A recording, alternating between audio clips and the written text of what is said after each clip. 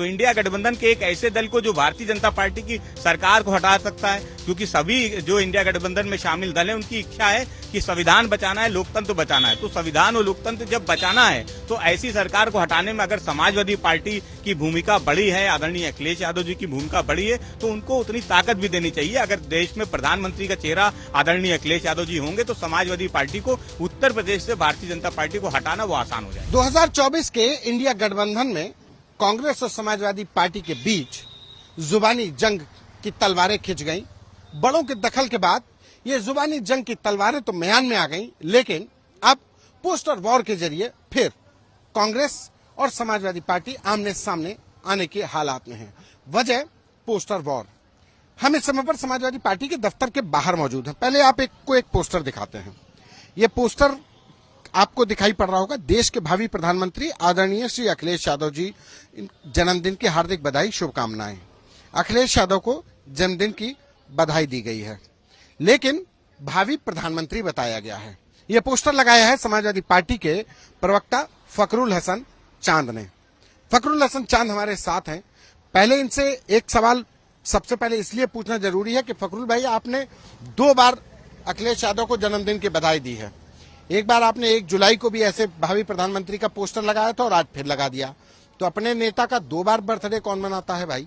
हाँ, देखिए 1 जुलाई को आदरणीय अखिलेश यादव जी का जो जन्मदिन है वो असली जन्मदिन है, मार्कशीट वाला जन्मदिन है। लेकिन हम समाजवादी पार्टी के लोग उनका जन्मदिन 23 अक्टूबर को पिछले मुझे याद हो तो 20-22 साल से हम लोग मनाते आए। ये हमारी इच्छा है, हम लोगों का प्यार और सम्मान है। मतलब 1 जुलाई वाला सर्टिफिकेट का है और ये असली वाला है? ये आप कह सकते हैं, ये आप कह सकते हैं। तो अच्छा, तो ठीक है, जन्मदिन की बधाई, लेकिन ये भावी प्रधानमंत्री लिखने की क्या जरूरत थी भाई?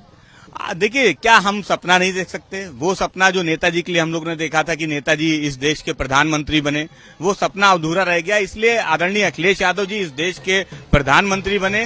ये समाजवादी पार्टी के नेताओं की, कार्यकर्ताओं की इच्छा है। हम चाहते हैं वो सपना इस बार 2024 में पूरा हो।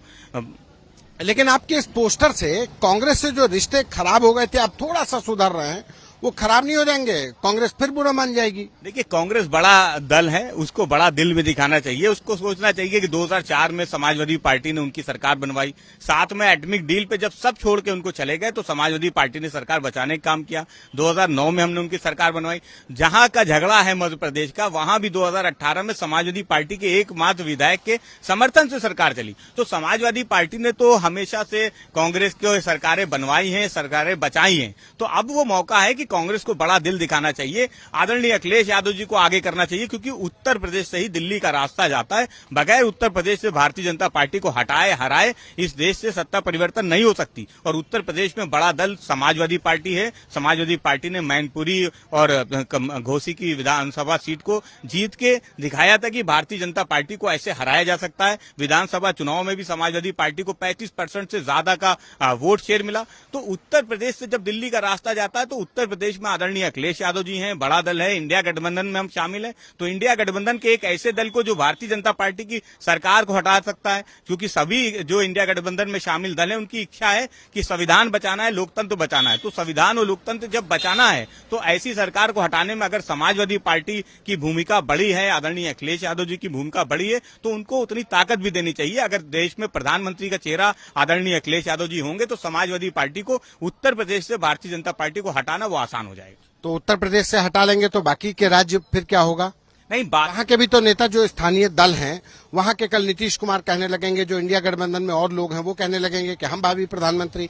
तो आप फिर सिर्फ उटौवल करवा देंगे इंडिया गठबंधन में? नहीं, देखिए 90 के दौर में जब गठबंधन की सरकारें बनी तब नेताजी प्रधानमंत्री बन सकते थे, लेकिन वो एक चूक थी, नहीं बन पाए। अब समाजवादियों की ऐसी इच्छा है। जहां तक दूसरे दलों का सवाल है तो दल कोई भी दावेदारी कर सकता है, लेकिन भारतीय जनता पार्टी को कौन हरा सकता है? क्या बगैर उत्तर प्रदेश से भारतीय जनता पार्टी को हराए सरकारें बन सकती हैं? क्या बिहार में जीत लेने से या मध्य प्रदेश में जीत लेने से क्या भारतीय जनता पार्टी को हराया जा सकता? मैं समझता हूं नहीं हराया जा सकता, क्योंकि उत्तर प्रदेश में 80 लोकसभा की सीट है और उत्तर प्रदेश महत्वपूर्ण है। देश के प्रधानमंत्री जी आदरणीय मोदी जी को भी जब प्रधानमंत्री बनना था तो वो गुजरात की राज्य को छोड़ के उत्तर प्रदेश इसीलिए आए थे, क्योंकि उनको पता है कि उत्तर प्रदेश से ही दिल्ली का रास्ता जाता है। आप सपना देख रहे हैं? प्रधानमंत्री बने कि अखिलेश यादव? नहीं, सपना तो भारतीय जनता पार्टी बेचने का काम करती है। 2 करोड़ रोजगार का सपना, महिलाओं की सुरक्षा का सपना, किसानों का सपना, मजदूरों का सपना, महंगाई कम करने का सपना। हम तो सपना देख रहे हैं। क्या सपना देखने का अधिकार हमें नहीं है? खूब सपना देखिए और सपने को लेकिन फलीभूत करने के लिए मेहनत करनी होगी। ये फकरुल हसन चांद हैं जिन्होंने अपने नेता अखिलेश यादव को जन्मदिन के मौके पर बधाई दी है, लेकिन इस बधाई के साथ अखिलेश यादव को देश का भावी प्रधानमंत्री भी बताया है।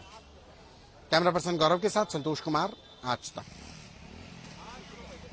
यूपी तक।